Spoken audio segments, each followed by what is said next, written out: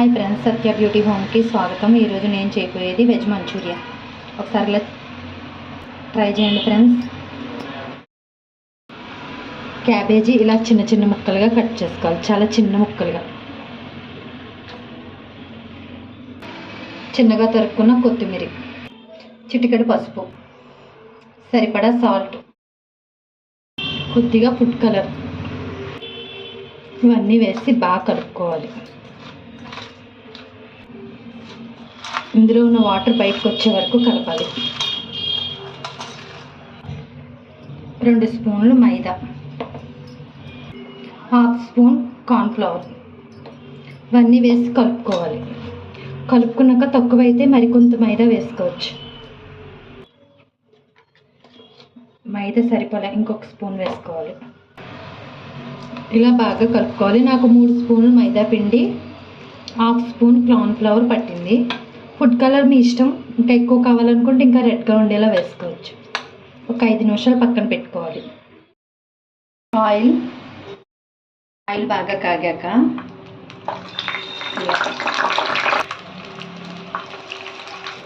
మళ్ళీ చూపిస్తున్నాను, ఇలా వేసుకోవాలి. ఇలా తీసుకుని అంతే. ఇవన్నీ వేయడం అయ్యాక చిన్న మంట మీద పెట్టుకుని చిన్న మంట మీదే వేపుకోవాలి, లేకపోతే పచ్చి పచ్చిగా ఉంటాయి.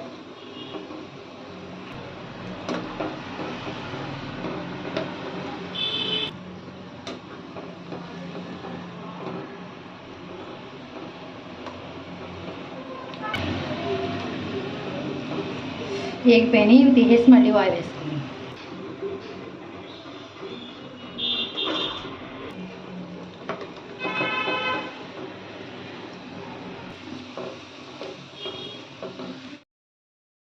గోబీ మంచూరియాకి ఇలా దలసరి బ్యాండ్ పెట్టుకుని ఆయిల్ వేసుకోవాలి.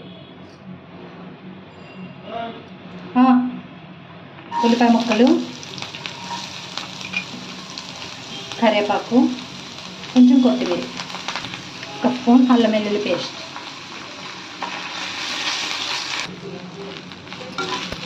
ఇవన్నీ బాగా వేగాక మంచూరియా సరిపడా వాటర్, టేస్టింగ్ సాల్ట్ చిటికెడు, కారం, chicken masala, garam masala, green sauce, vinegar కొంచెం, టమాటా సాస్,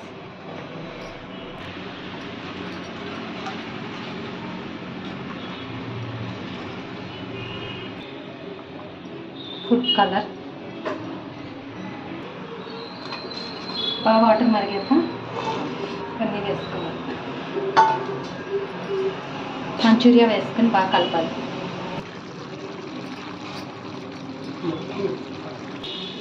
మష్రూమ్ వేసుకున్నాక